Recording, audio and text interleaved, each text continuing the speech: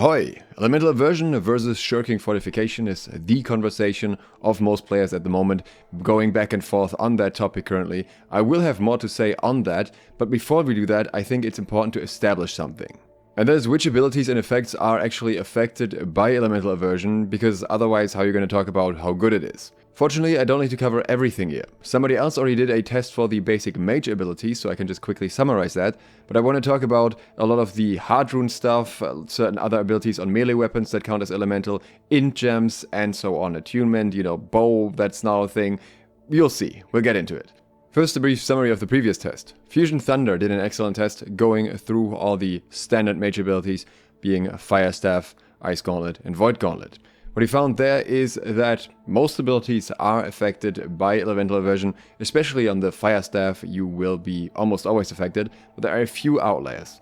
In case of Meteor Shower on the Fire Staff and Ice Storm on the Ice Gauntlet, only the first tick of the damage is reduced. So if you stand in these abilities for a long time, you'll still take a lot of damage even with Aversion. And then there are a few outlier abilities that are simply not affected. The first one is Ice Spikes, which works a little bit differently from most other abilities anyways. It's kind of a pseudo-melee ability in a sense. Wind Chill, which no one uses to be fair. And then a few Void Gauntlet abilities. That is Void Blade, no surprise here. Oblivion, also not really surprising considering you kind of drop it on the floor. And Void Caller, the passive from the Void Blade tree. So far we haven't seen a massive return of Void Blade back into the meta, so the major concern of all of these is primarily Ice Spikes. And now let's get into the things that I tested. The first ability was one that I really wanted to know about because it benefits from so many different effects, and that is Detonate. Detonate is in fact reduced by Elemental Aversion. You see that the reduction is very low. That is because my Elemental Aversion piece for this test and the next one was actually 600 gear score. So even if I go down from 625 to 600 gear score with Elemental Aversion, I actually end up taking less damage. Detonate being reduced is especially crucial for wars. And what is also very crucial for wars is Grav Wells. These are also reduced by Elemental Aversion. Again, due to the gear score difference, the gap is smaller than you would expect. Normally it would be significantly more. But having confirmation that these two alone are reduced is such a big game changer when it comes to the effectiveness of Elemental Aversion. Thanks to Super Omega for helping me out with this test, and thanks to Peggy for helping me out with the next test. This time I actually had 2 equal gear score pieces. By the way, keep in mind that in all of these scenarios I just swapped out one piece of gear with equal armor values with Elemental Aversion, so if you have 5 Elemental Aversion, the difference would be much bigger. The first thing we tested was Splitting Grenade on the Blunderbuss. This one is reduced in every regard. You can see that the Splitting Grenade damage values are reduced. One of them was a crit, so I had to exclude that one. But even the tick damage is reduced, and the first hit damage of the grenade itself when it just hits your body is also reduced. So just massively across the board. I didn't even expect the reduction in tick damage here. Likewise, Aethos Shrapnel Blast is also reduced. I had to exclude one value here again, but the other ones, the second highest value and so on, all match perfectly, and we can see a reduction across the board here.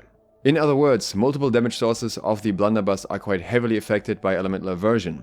I expected the Blunderbuss to perform quite well after this patch, and I haven't really seen it being played much, and I would assume that this is at least a factor in that. With a lot of people running Elemental Aversion because of the Fire Staff, the Blunderbuss kind of gets hit as a side effect. I didn't test it because I don't see anyone using it, but I wouldn't be surprised if Mortar Charge was hit the same way. And that's especially because of things we see with the bow, which wouldn't seem like a likely contender for Elemental Aversion. Now, on the bow, a lot of things are not reduced. Your shots do the normal damage, attunement does the normal damage, rune glass damage is also not affected, and the dot from poison shot isn't either. But here's an interesting thing. The most recent patch introduced a damage fall off to the bow. And the musket used to have a damage fall off, which was eventually fixed in the sense that int gems would scale with this damage fall off the same way the normal physical damage does. Before that, only half of the musket damage was actually reduced by fall off. And that is exactly what is happening with the bow now. It seems that this fall off change that they did, because it was before the bow actually got its fall off, didn't actually affect the int gems in bows. So if you're currently running any form of elemental gem in your bow, you will not have the damage fall off at long ranges. However, that comes with a trade-off, and that trade-off is Elemental Aversion.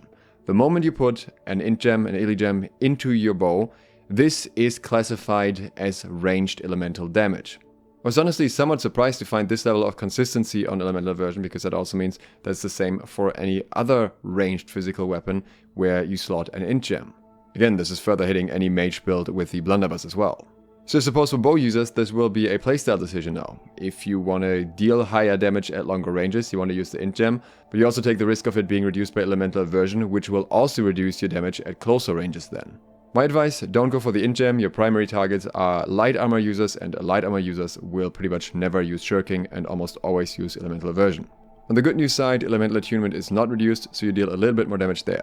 Unfortunately, forgot to test explosive arrow. I would assume that the first part of the damage is not reduced because it's a direct hit, but the explosion damage, which is significantly more of the damage, would likely be reduced. But I have so much more to say on this topic that I haven't covered yet here, and that's what we're going to do in the next days, talking about shirking versus elemental aversion in more depth, and this time, as you guys asked for, with very direct build advice, how exactly you want to gear ideally. If you're interested in that, consider subscribing, clicking the bell. There will also be a mutation guide, there will be a bleed rapier guide, there will be a greatsword tanking guide soon, so lots and lots of things coming in the near future that you can look forward to. Thanks to my patrons for supporting this video, and also thanks to Fusion Thunder for doing the early test on this. I will link his video in the description down below if you want to check it out.